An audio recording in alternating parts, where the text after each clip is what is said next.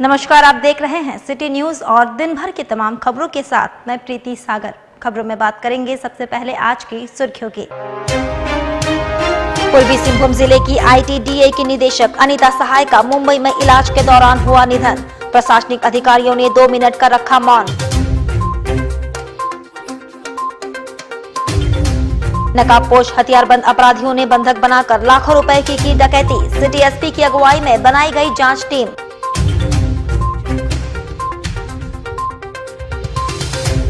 Parsodi police को मिली बड़ी कामयाबी, एक कुख्यात अपराधी को अवैध हथियार के साथ किया गिरफ्तार।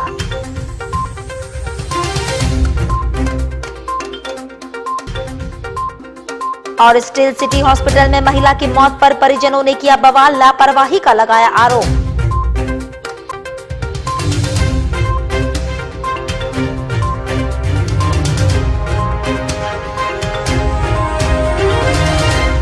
खबरें अब विस्तार से। पूर्वी सिंहभूम जिले की ITDA की निदेशक अनीता सहाय की सोमवार की रात मुंबई में टाटा मेमोरियल हॉस्पिटल में मौत हो गई। वह लंबे समय से कैंसर से पीड़ित थी। अविभाजित बिहार में VPSC 38वीं बैच की टॉपर रही अनीता सहाय जमशेदपुर में ITDA के निदेशक पद पर थी। उनके पति प्रदीप प्रसाद जमशेदपुर में ADC के पद पर है। उन्होंने सोमवार की रात मुंबई में टाटा मेमोरियल हॉस्पिटल में अंतिम सांस ली। वह काफी समय से कैंसर से जूझ रही थी। उनके निधन पर DC कार्यालय में आधा बेला काम के बाद अवकाश दे दिया गया। इधर DC कार्यालय में अनीता सहाय की आत्मा की शांति के लिए प्रशासनिक अधिकारियों ने शोक सभा का आयोजन किया। 2 मिनट का मौन रखा गया। अपने शोक संदेश में DC सूरज कुमार ने कहा, उन्होंने बहुत ही होनहार अधिकारी खो दिया है। उनकी कार्यशैली काफी प्रभावी थी। वह काम करने के लिए सभी को काफी प्रेरित करती थी।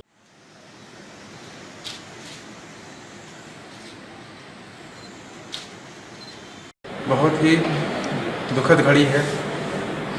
गहरी संवेदना के साथ संपूर्ण जिला प्रशासन जो है, हमारे project director ITDA Shrimati Anita Sahay को श्रद्धांजलि देने के लिए यहाँ उपस्थित हुआ है। उनके शोक सभा में उपस्थित हुआ है। श्रीमती अनीता सहाय पहले यहाँ डायरेक्टर DRDA के रूप में कार्यरत थी। हाल ही के समय में उनकी पदोन्नति प्रोजेक्ट डायरेक्टर ITDA के रूप में हुई थी। मैम कैंसर की बीमारी से पीड़ित थी और लगातार इस बीमारी से जूझ रही थी। इसके बावजूद भी उनकी कार्यशैली जो है वो काफ़ी प्रभावशाली थी। इधर कदमा में दिन दहाड़े अपराधियों ने 2 राशन दुकानदारों के घर में घुसकर परिवार को बंधक बनाकर 5 लाख रुपए लूट लिए। शहर में अपराधी बेखौफ अपराध कर पुलिस को खुली चुनौती दे रहे हैं। सोमवार को दिन दहाड़े भालूवासा और कदमा उलियान में आपराधिक घटनाओं को अंजाम देकर शहरवासियों को दहशत में अपराधियों ने डाल दिया है।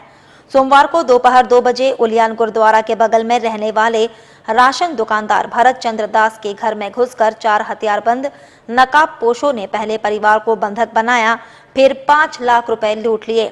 हथियारबंद अपराधियों ने राशन दुकानदार के घर के सभी सदस्यों को रस्सी से बांधकर एक कमरे में बंद कर दिया और नगद समेत सोने के गहने लेकर फरार हो गए। भरत चंद्र दास ने बताया, अपराधी चावल लेने के बहाने घर में घुसे थे। इधर SSP M तमिलवानन ने बताया, नकाबपोश अपराधियों ने 50 लाख रुपए की डकैती की है। सिटी SP की अगुवाई में टीम बनाई गई है। उन्होंने दावा किया, पुलिस जल्द इस कांड का खुलासा करेगी। मामला है कि 2 बजे लगभग भैया के घर में आए, दुकानदार है, घर में आए कि चावल चाहिए उनको।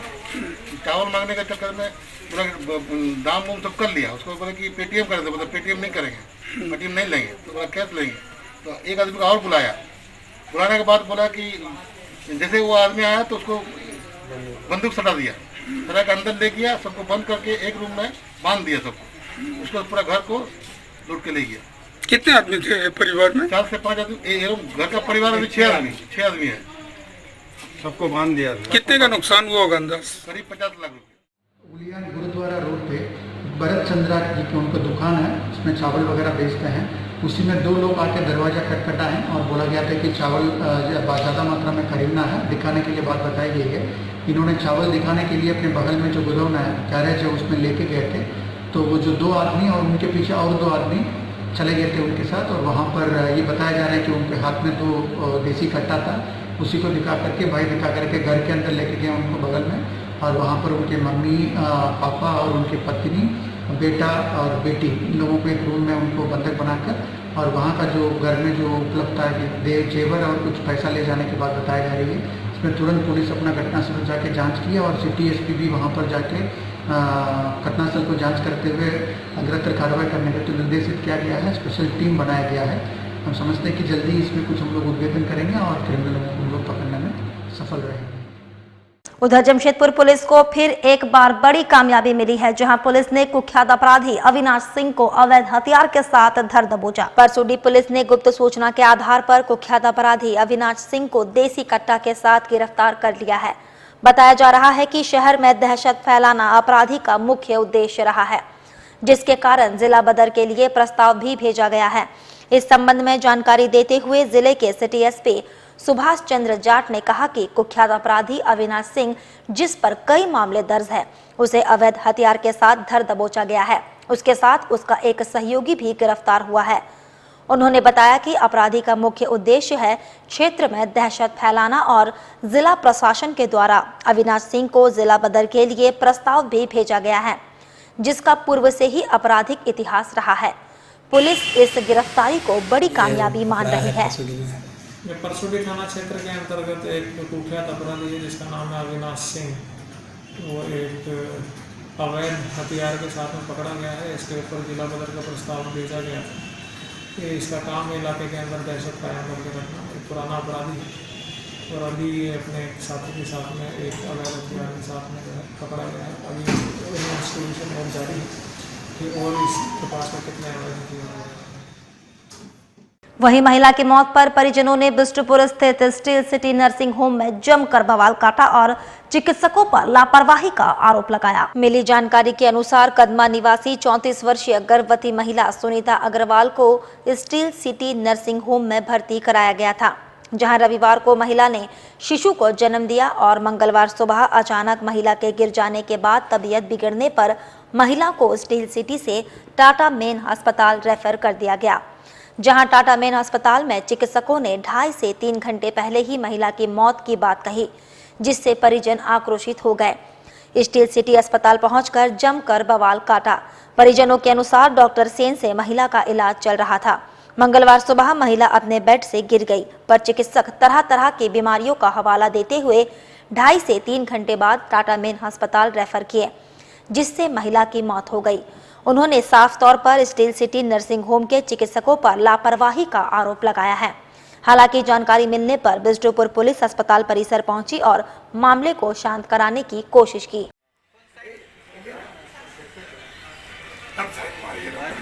थोड़ा सा भीड़ हटा दीजिए। थोड़ा सा आपको गौर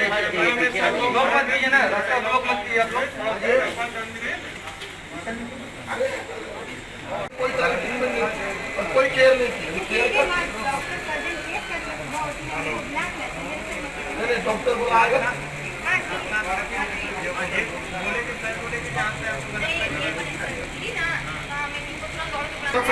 क्या सुई दिए तो उस समय? अरे बोलने दीजिए ना, ये पूछेंगे सर पूछ रहे हैं।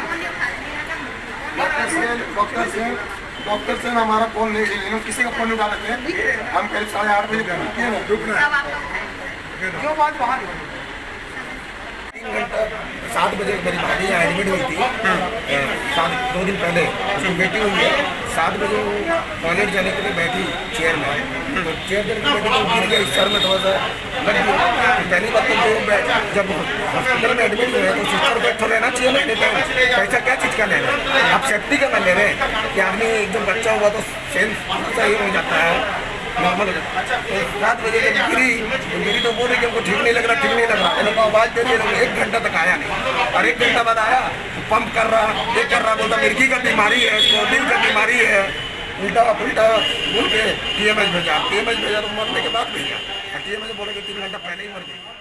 और एमजीएम कॉलेज की पारा मेडिकल स्टाफ अपनी परेशानी डीसी को बताने के लिए डीसी कार्यालय पहुंची। पारा मेडिकल स्टाफ रेणुका श्रीवास्तव ने बताया, बगैर किसी सुविधा के पारा मेडिकल स्टाफ कोरोना पॉजिटिव मरीजों के इलाज में लगी हुई है। यहां तक कि हैंड ग्लव्स भी उपलब्ध नहीं होता है। यदि पारा मेडिकल स्टाफ कोरोना पॉजिटिव निकलती है तो उन लोगों को देखने वाला कोई नहीं है। रेणुका ने कहा वह अपनी समस्या डीसी को बताने आई थी, परंतु डीसी से मुलाकात नहीं हो सकी। रेणुका ने पैरामेडिकल स्टाफ को अनुदान राशि देने की गुहार लगाई है। हम लोग डीसी से मिलने आए हैं, ठीक है। हम लोग एमजीएम कॉलेज के स्टूडेंट हैं, पैरामेडिकल के लैब टेक्नीशियन। हम लोग को डीसी के ऑर्डर के हिसाब से हम लोग को आईडीएसपी के थ्रू जो कैंप होता है कोरोना टेस्ट का, उसमें भेजा जा रहा है। ना ही हम लोग को कुछ दिया जा रहा है, ना ही उसमें हम लोग का कुछ ऑटो फेयर है, ना ही इंश्योरेंस, ना ही कुछ। अगर हम लोग पॉजिटिव होंगे तो वो हम लोग की जिम्मेदारी है, लेकिन हम लोग को डीसी के हिसाब से भेजा जा रहा है। तो हम लोग को कुछ तो मिलना चाहिए डेली वेज पे भी, लेकिन वो भी नहीं मिल रहा है। जब डीसी से मिलने आ रहे हैं तो डीसी सर भी अभी नहीं मिलने पा रहे। कॉलेज में बोल रहे तो बोल रहे डीसी से बात करेंगे, डीसी से बात कर रहे तो लोग मुकर जा रहे हैं। तो हम लोग क्या करें? हमारी घर की जिम्मेदारी कौन लेगा? अगर हम लोग पॉजिटिव होंगे तो हम लोग डेली हजारों पॉजिटिव से मिलते हैं, ऐसा बात नहीं, हम लोग बहुत पॉजिटिव से डेली मिलते हैं, लेकिन अगर हम लोग को कुछ होगा तो उसका रिस्क कौन लेगा? आप लोग क्या चाह रहे हैं? हम लोग चाह रहे हैं कि हम लोग को कुछ दिया जाए, अनुदान राशि। हम लोग जब से वर्क कर रहे हैं कोरोना को लेकर। साथ ही आपको बता दें, पिछले शनिवार को मानगो ईदगाह मैदान 10 नंबर रोड में दो गुटों के बीच हिंसक झड़प की गुत्थी सुलझाने में मानगो पुलिस जुटी है। इस संबंध में जानकारी देते हुए मानगो थाना प्रभारी मिथिलेश कुमार ने बताया, एक पक्ष की ओर से शनिक द्वारा फायरिंग करने का आरोप लगाया जा रहा है, जबकि दूसरे पक्ष की ओर से फायरिंग करने का आरोप अकरम खान पर लगाया गया है। पुलिस मामले की जांच कर रही है। उन्होंने बताया, जाकिर नगर कब्रिस्तान कमेटी के सचिव नूरुल हक उर्फ झुन्ना पर भी शामिल होने के आरोप लगा है। पुलिस जांच में निर्दोष साबित होने पर नूरुल हक का नाम प्राथमिकी से हटा दिया जाएगा।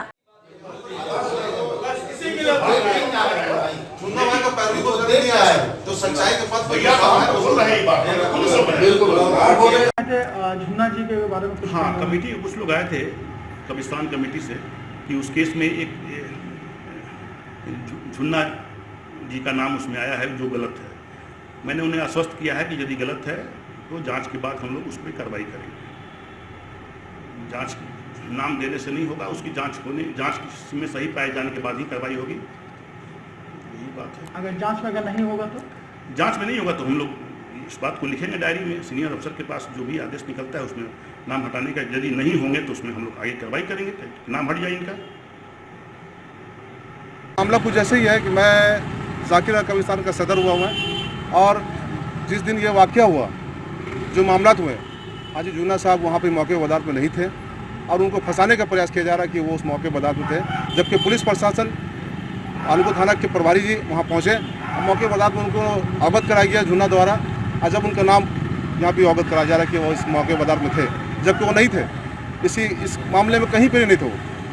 तो हम ये बताना चाहते हैं कि ये कहीं ना कहीं साजिश किया जा रहा है झुन्ना भाई के द्वारा, जो हम लोग चाहते हैं कि वो जो दोषी है उसको दोषी बना के जेल भेजने का काम किया जाए। इधर गाड़ा पंचायत के गेरुआ के ग्रामीण सरकारी दुकान में अनाज की कालाबाजारी होने की शिकायत को लेकर डीसी से मिलने पहुंचे। बताया जाता है, ग्रामीण राशन कार्ड धारियों के सरकारी राशन दुकानदार गोपाल सिंह सरदार ने राशन कार्ड में मार्च 2021 तक राशन देने का एंट्री कर दिया है, जबकि अभी 2020 चल रहा है।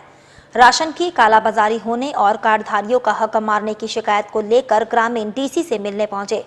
इधर जेएमएम युवा मोर्चा के जिला अध्यक्ष बब्बन राय ने बताया, वे लोग ग्रामीणों को मदद कर रहे हैं।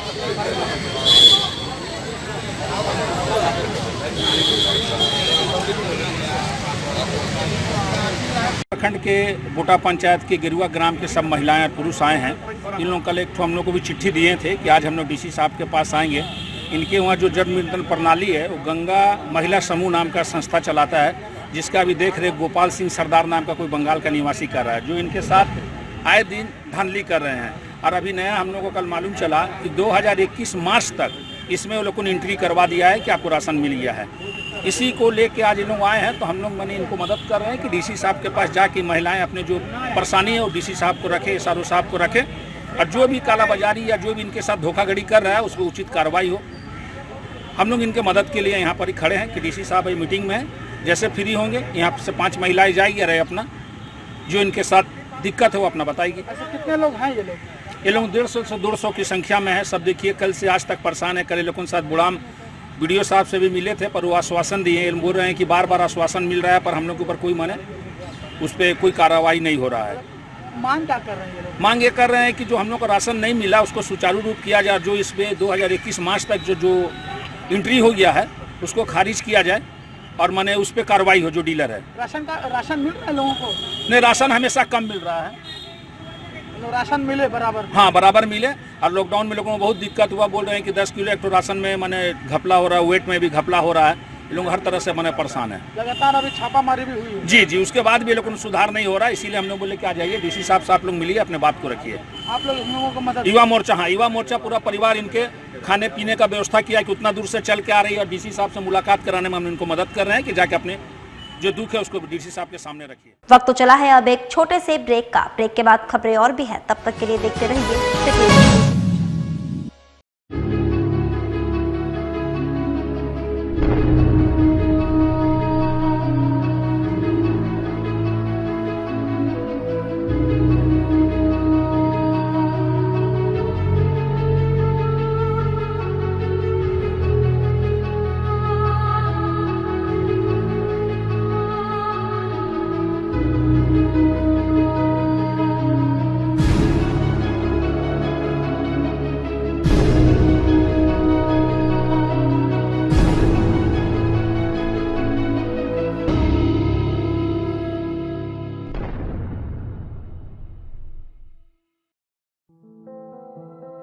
अल रहमान स्टोर। जी हां, अब आपके बिल्कुल करीब नियर अल कबीर पॉलिटेक्निक कॉलेज, पहला मोड़, इस्लाम नगर, कपाली, मानगो, जमशेदपुर।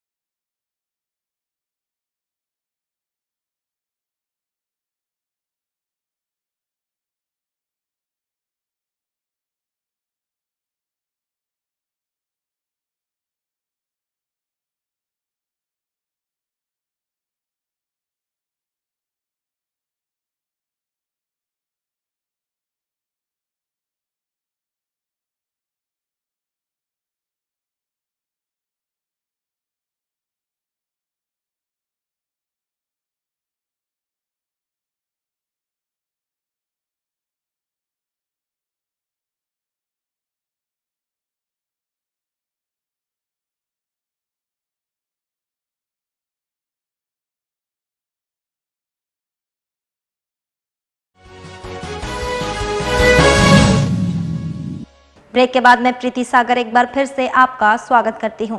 सोमवार की रात एमजीएम थाना क्षेत्र के नरका पुल के समीप अज्ञात वाहन की चपेट में आकर ड्यूटी जा रहे प्राइवेट सिक्योरिटी गार्ड गंभीर रूप से घायल हो गया।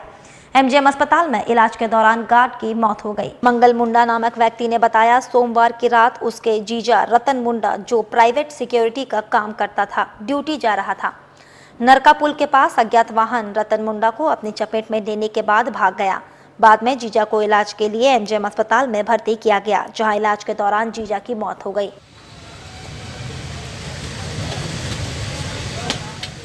बेटा कौन है?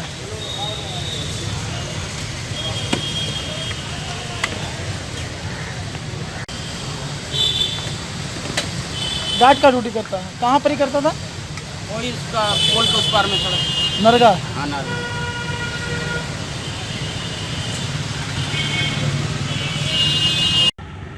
पता चला कि एक्सीडेंट हुआ है, तो हम लोग को रात को फ़ोन किया था बगल वाला कि एक्सीडेंट हुआ उसका। फिर हम लोग सुबह पता किए कि एमजीएम ला है, यहाँ पर आया, अभी आया। कहाँ जा रहा था फिर जीजा? वो जा रहा था काम करने में, बगल में काम करता था, वहाँ पर घर बना रहा था। क्या चीज़ का काम करता है? और रात को वहाँ रहता है, चौकीदारी गार्ड का ड्यूटी करता है। कहाँ पे हुआ घटना? ये हुआ नरगा में, नरगा पुल के सामने। कौन थाना? एमजीएम थाना। रहने वाले कहाँ के आप लोग? बढ़ाड्डी थाना एमजीएम। नरगा का पास हुआ पुल के पास? हाँ, पुल के पास। कौन गाड़ी मारा? पकड़ाया गाड़ी वाली? नहीं, गाड़ी नहीं पकड़ा। शादीशुदा था ना? हाँ। कितना बच्चे हैं? बच्चा एक तो लड़का है कहीं। और को बहन तेरा? उधर रेलवे मेंस यूनियन कांग्रेस के द्वारा ईस्ट जोनल मंडल अध्यक्षों की ऑनलाइन बैठक आयोजित हुई, जिसमें आगामी दिनों में डीआरएम के समक्ष रखे जाने वाले समस्याओं को लेकर रणनीति बुधवार को ऑनलाइन डीआरएम के साथ पीएनएम की बैठक आयोजित होने वाली है, जिसमें रेलवे कर्मचारियों के समक्ष आने वाली समस्याओं को मुख्य रूप से रखा जाएगा। इस क्रम में किन किन समस्याओं को मुख्य तौर पर डीआरएम के समक्ष रखना है, इसे लेकर रेलवे मेंस यूनियन कांग्रेस के जनरल सचिव शशि मिश्रा के नेतृत्व में ईस्ट जोनल मंडल अध्यक्षों की बैठक आयोजित की गई। बता दें, वर्तमान समय में कुल 74 ऐसी समस्याएं हैं जिनके समाधान की मांग डीआरएम से की जाएगी। मुख्य तौर पर महिला कर्मचारियों के लिए शौचालय, इंटरटेनमेंट और कोरोना काल में टीटीई की प्रोन्नति मुख्य समस्याएं हैं जिनके समाधान की मांग की जाएगी। इन्हीं सब मुद्दों को लेकर जनरल सचिव शशि मिश्रा के साथ मंडल अध्यक्षों ने ऑनलाइन बैठक की।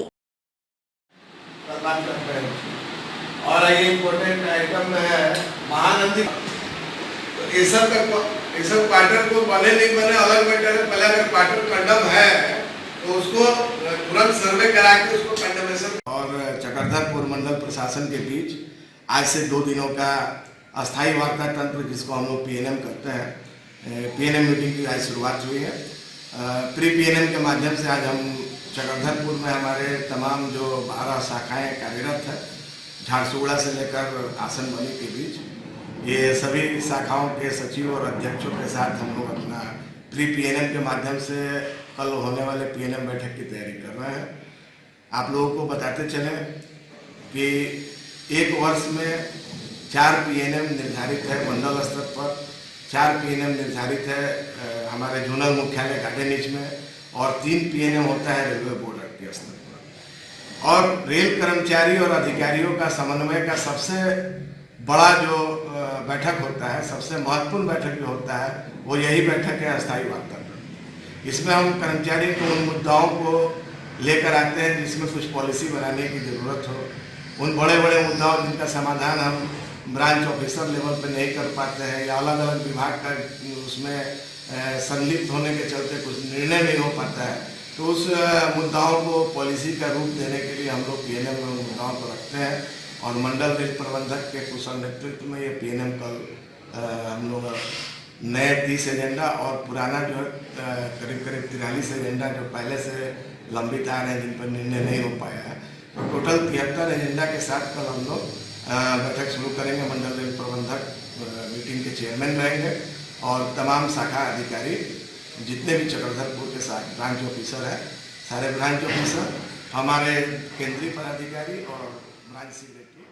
और दुर्गा पूजा के लिए प्रशासन की ओर से जारी एडवाइजरी में संशोधन करने की मांग पर विश्व हिंदू परिषद जमशेदपुर महानगर कमेटी का प्रतिनिधि मंडल डीसी को ज्ञापन सौंपा। विश्व हिंदू परिषद महानगर कमेटी के सचिव जनार्दन पांडे ने बताया, प्रशासन की ओर से दुर्गा पूजा के लिए जारी की गई एडवाइजरी में पंडाल बनाने, भोग वितरण करने, पूजा पंडालों में पुरोहितों द्वारा पूजा पाठ करने पर मनाही की गई है। विश्व हिंदू परिषद की मांग है, छोटा पूजा पंडाल बनाने, भोग पैकिंग कर श्रद्धालुओं के घरों में भेजने के संबंध में प्रशासन दोबारा एडवाइजरी जारी करे।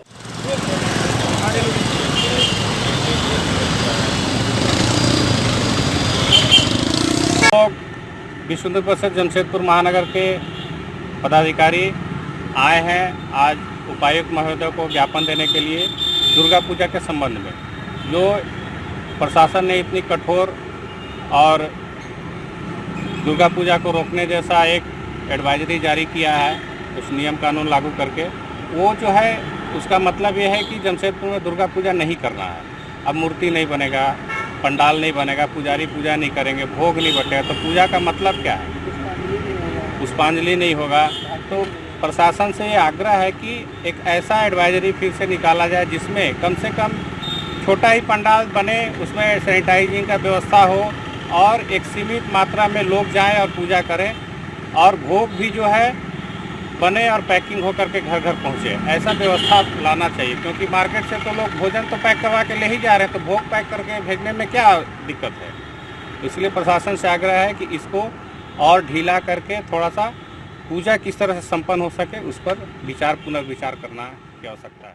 वहीं श्याम सुंदर थाना क्षेत्र के साकाबांगा गांव के ग्रामीण पिछले 6 सालों से उजला रंग का राशन कार्ड पर सरकारी राशन दुकान से अनाज नहीं मिलने की शिकायत करने डीसी कार्यालय पहुंचे। इधर गणेश महाटोडू नामक ग्रामीण ने बताया 9 लोगों को 6 साल पहले उजाला रंग का राशन कार्ड बनाकर दिया गया था, जिस पर उन लोगों को सरकारी राशन दुकान से राशन कार्ड बनने के बाद से अभी तक राशन नहीं मिला है।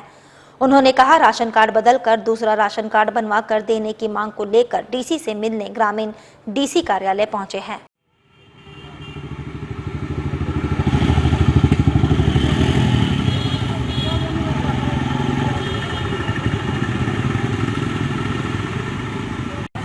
कार्ड रेशन कार्ड के। अच्छा, क्या हो रहा बोलिए। रेशन कार्ड हम लोग को सफेद कार्ड दिया हुआ है, सफेद में कुछ नहीं मिल रहा है, वही बात है। रेशन कार्ड बनना चाहिए हम लोग उनको लिए। कितना लोग आप लोग हैं? 9 आदमी है। अच्छा, तो क्या परेशानी हो रहा? कुछ नहीं मिल रहा है हमारे को उनको।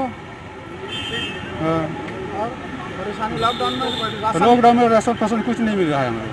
कब से बना है कार्ड सफेद का? सफेद का इधर डेट तो नहीं, आज के 5-6 साल हो गया सर।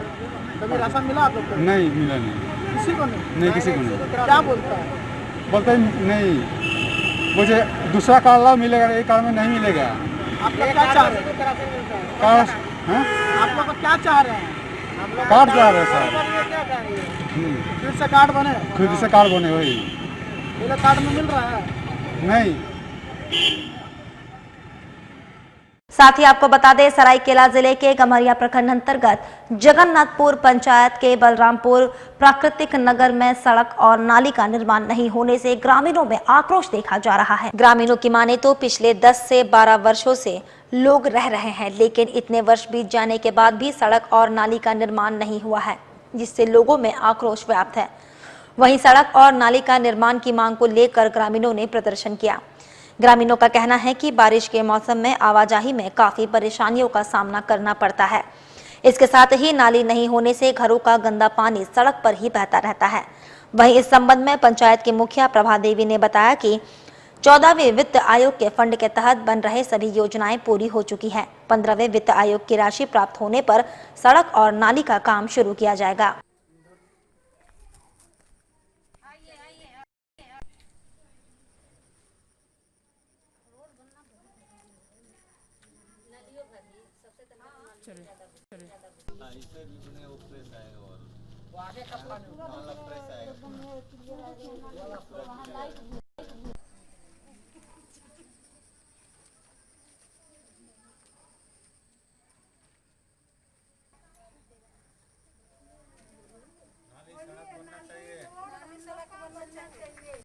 ग्रामीण वित्त का जो राशि हमारे पास था वो अभी अभी मतलब खत्म हो चुका है। अब 15वीं वित्त का राशि मतलब चाहे तो एंट्री कर गया है या एंट्री करने वाला है, तो जैसे ही 15वीं वित्त से योजना होगा तो उसमें हम उनको ले लेंगे, बनाए सर। कितना दूरी तक बनना है उसमें? मेरे से 500 फीट तक होता है, तो मतलब इतना मेरा जितना क्षमता है, हम 500 फीट से ज़्यादा नहीं बनाएंगे। फिर पार्ट सेकंड में फिर अगर ज़्यादा रहेगा तो पार्ट 2 करके किया जाएगा। गम्हरिया है और यहाँ पर सबसे बड़ा प्रॉब्लम है नाली और सड़क। जो नाली और सड़क नहीं होने की वजह से बच्चा लोग के स्कूल जाने में साथ साथ टूटी जा रहे हैं, उन लोगों को काफ़ी परेशानी का सामना करना पड़ता है। जब बारिश होता है तो पूरे रोड में रोड नहीं नाली हो जाता हो, रोड नहीं रहता नाली हो जाता है। आज इतना दिन से करीब 10-12 साल हो गया, लेकिन कोई विकास का काम यहाँ पे नहीं हुआ है। उसका नतीजा ये है कि पानी आता है, जो लोग भरता है वो सब साफ हो जाता है। काम नाली और सड़क का प्राथमिकता होना चाहिए। के लिए कहीं से मांग की है? कभी प्रभा देवी मुखिया है और सब जगह ये सब चीज बार कुछ भी नहीं करती है। यहाँ पे हुआ है, नाप जो होता है, लेकिन अभी तक कुछ हुआ नहीं। अभी तक आप लोग मांग किए हैं? जब वोट देने वो जब भी नाप जोक होता है, लेकिन वो कार्रवाई नहीं हो रहा है। कार्रवाई होना नहीं देगा हमको, लेकिन दिया गया, सब जगह पे दिया गया है, सभी जगह दिया गया, लेकिन ना पाता है तो समझ में आता है कि काम होने वाला, लेकिन फिर तो वही है सेम। क्या नाम है आपका? इधर पूर्वी विधानसभा के विधायक सह पूर्व मंत्री सरयू राय ने आज बिरसा नगर 7 नंबर जोन का दौरा किया लोगों की कई मुख्य समस्याओं को सुना। वहीं साथ में जिला अध्यक्ष राम नारायण शर्मा, कोल्हान प्रभारी संजीव आचार्य और मीडिया प्रभारी शंकर कर्मकार, सुधीर लोहार आदि मुख्य कार्यकर्ता मौजूद रहे। वहीं विधायक सरयू राय ने कहा कि 7 नंबर जोन में काफी लोगों की समस्या है, जितना हो सके समाधान करने का प्रयास करेंगे। वहीं सुलभ शौचालय खराब पड़ा हुआ है और नाला में गढ़वाल बनाने आदि मुख्य समस्या लोगों ने मुझे बताया है।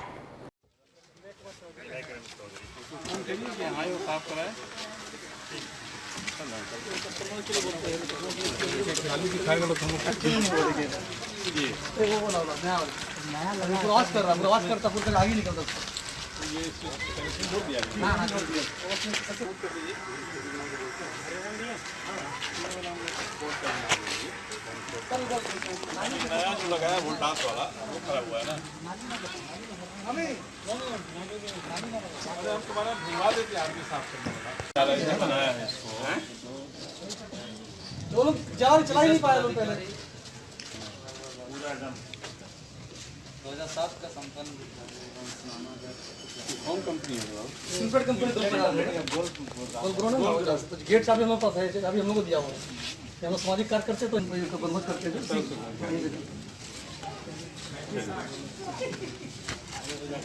करे जनताओं के बीच। देखिए, हम यहाँ रहते हैं तो रोज़ किसी न किसी मोहल्ले में जाते हैं। यहाँ के लोगों ने ये खोखन गुराई हैं और ये लोग हैं, इन्होंने बिरसा नगर 7 नंबर जोन में बड़ी समस्याएं हैं आने के लिए कहा था।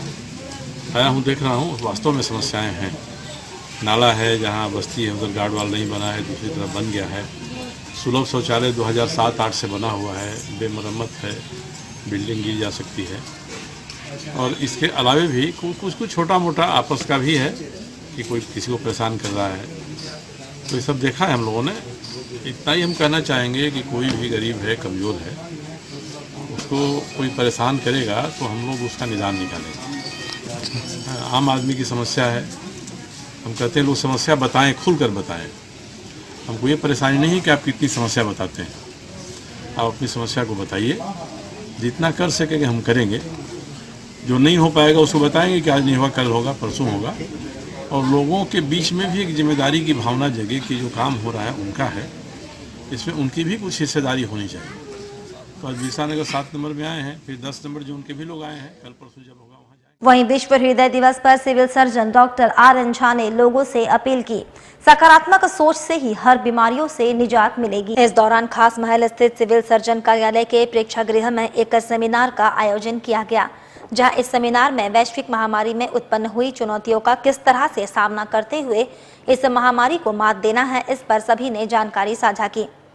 वहीं जिले के सिविल सर्जन ने विश्व हृदय दिवस पर सभी लोगों से आह्वान किया है कि वर्तमान समय में लोग मानसिक तनाव से गुजर रहे हैं, ऐसे में दिल से संबंधित बीमारी उत्पन्न हो रही है।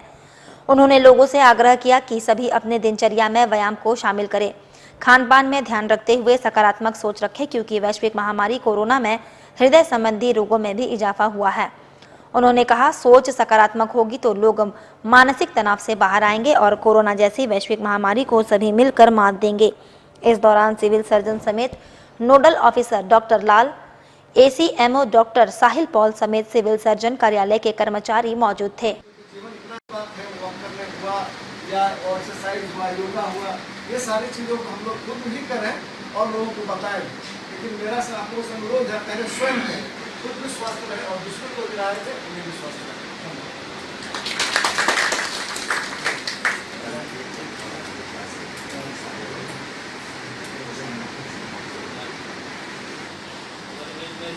साहब ने बहुत अच्छे तरीके बताया, charity begins from the home.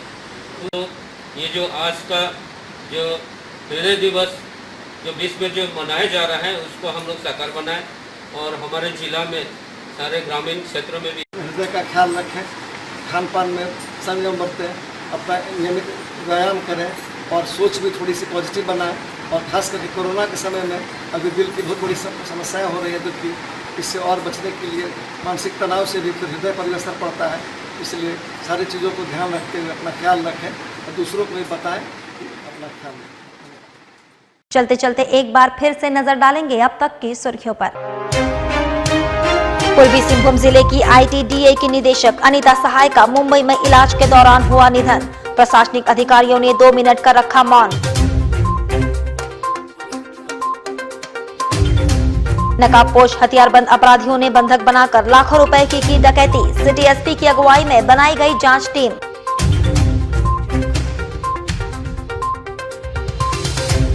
Parsodi police को मिली बड़ी कामयाबी, एक कुख्यात अपराधी को अवैध हथियार के साथ किया गिरफ्तार।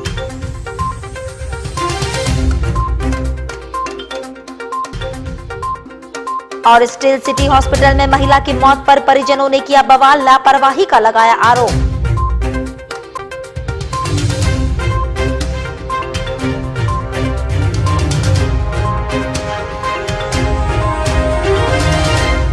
और अभी के लिए बस इतना ही। कल फिर मिलेंगे कुछ अन्य खबरों के साथ। तब तक के लिए दीजिए सिटी न्यूज के पूरी टीम को इजाजत। नमस्कार।